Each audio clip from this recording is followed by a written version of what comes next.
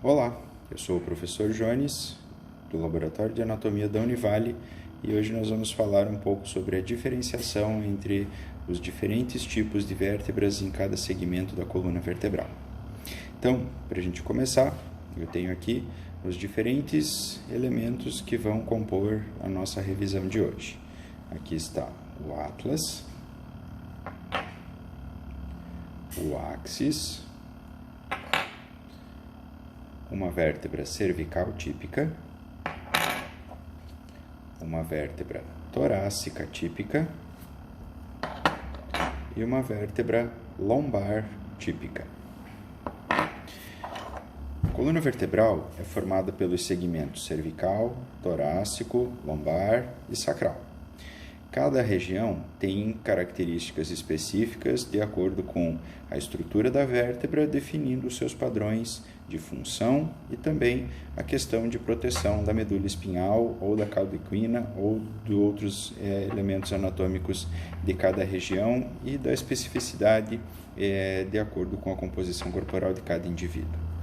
Bom, o que nos interessa nesse momento é uma questão que envolve o que poderá facilitar mais adiante o que é comum, o que toda vértebra tem. Então, o que é flagrante nesse sentido?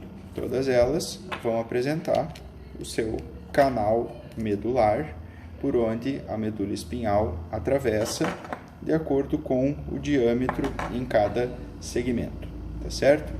Então, em relação às vértebras cervicais, vamos começar por essa região, nós vamos ter duas questões.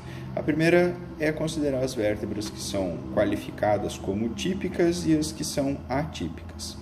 Como eu disse, uma cervical típica tem essa característica aqui. Mas as duas primeiras vértebras, elas são um pouco diferentes. Como vocês podem observar, comparando uma cervical típica com o atlas ou com o áxis, nós temos diferenças fundamentais. Então, eu vou começar a descrever o atlas e dizer por que ele é uma vértebra atípica. Bom, de todas as vértebras, o atlas é a única que não apresenta uma estrutura chamada de corpo vertebral, certo? Então, além do canal medular, o corpo da vértebra também é um fator que vai aparecer já no áxis, na cervical típica, na torácica típica e na lombar.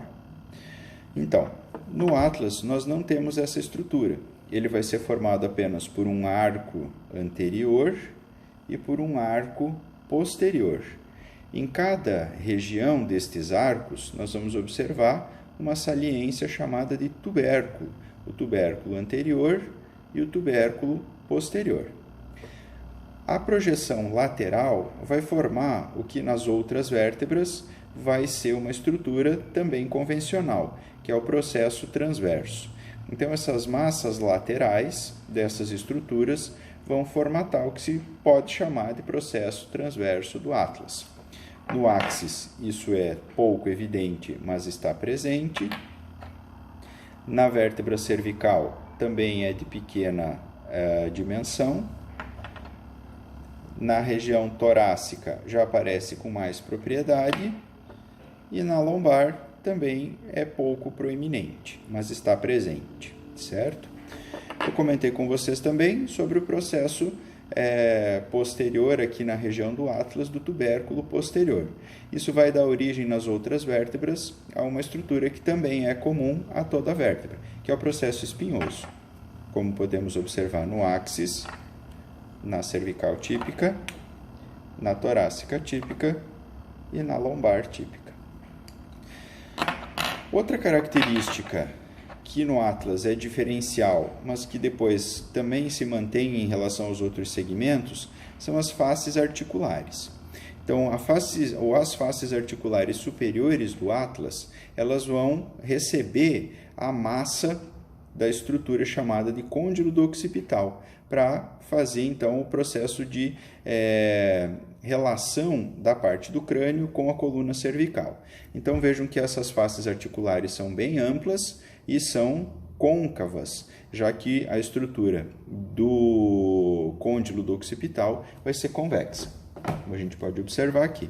Aqui estão os côndilos do occipital que vão se relacionar com a estrutura da face articular superior do atlas, ok? Temos essa característica aqui.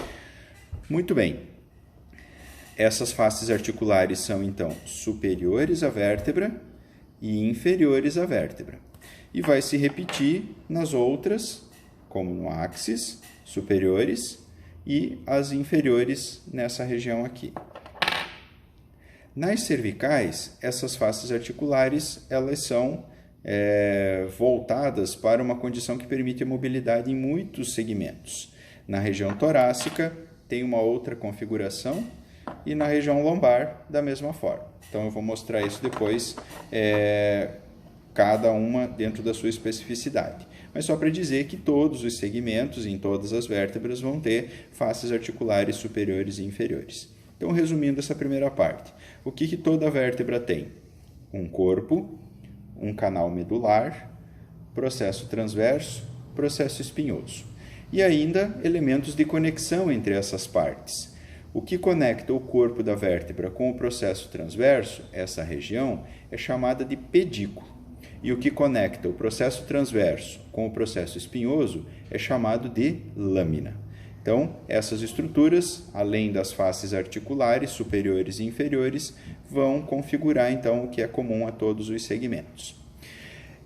Também podemos analisar, nesse sentido, a saída das raízes nervosas que vai acontecer por esses espaços aqui. Como o formato nos permite analisar, quando aparece isso em qualquer estrutura anatômica, a gente vai chamar isso de incisura. Ok? E é dessa forma que a gente vai chamar isso também. Então, cada vértebra tem uma incisura inferior e outra superior, que no conjunto vai formar, então, o forame de conjugação. Isso também vai ser uma característica em todos os segmentos. Voltando aqui para o atlas, então, estruturas principais dele. Nós temos aqui o tubérculo anterior no arco anterior, o tubérculo posterior no arco posterior. Uma face articular superior bastante ampla para os côndilos do occipital e uma face articular inferior já mais reduzida, já que a estrutura do áxis que vai se conectar com essa região é menor. Na parte interna, em relação ao arco anterior, nós temos uma outra região relevante, que é a fóvea para o dente do áxis, que fica nessa posição aqui. Essa estrutura, ela vai permitir que o dente do áxis se articule com propriedade em relação a esse componente para formar uma articulação que vai permitir a rotação da cabeça a partir dessa conjectura, ok? Então, também uma estrutura do atlas. Nessa região, a fixação dessa articulação é feita por um ligamento chamado cruciforme, bastante importante clinicamente. Nós temos também aqui como característica, na região cervical, e no atlas não é diferente, a presença dessas aberturas, desses orifícios na região do processo transverso, certo? No áxis também e na cervical típica também, que é o forame do processo transverso, local de passagem para os vasos que vão e voltam para a região posterior do crânio, com entrada pelo forame magno nas artérias e veias vertebrais. Bom, o atlas é uma vértebra atípica por conta de não apresentar corpo e ter essas características diferenciais de passagem, como eu comentei com vocês, tá certo? O áxis, ele começa a apresentar algumas características já do que vai ser a cervical típica, com a presença do corpo e um processo espinhoso bífido. O seu pedículo e a sua lâmina estão presentes, o seu processo transverso ainda é bastante pequeno, mas já apresenta a continuidade do túnel que vai permitir a passagem dos vasos vertebrais, artéria e veia. A característica mais representativa do áxis é o seu dente, ou processo odontoide, que está localizado aqui. A face articular superior ainda é de bastante amplitude, mas a inferior já começa a se configurar de forma bastante reduzida, já e também numa posição mais horizontalizada, como é o que a gente vai observar em relação à cervical típica. O que nós temos aqui? O canal medular é mais amplo, já que a medula espinhal ainda tem um diâmetro considerável. Como já comentamos, é característica a passagem do forame do processo transverso para os vasos vertebrais.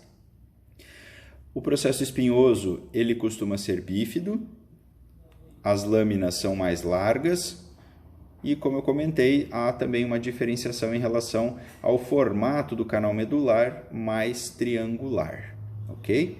Outra característica representativa, diferencial das cervicais, é a projeção lateral do corpo, na parte superior do corpo da vértebra, dos processos chamados unciformes ou uncovertebrais.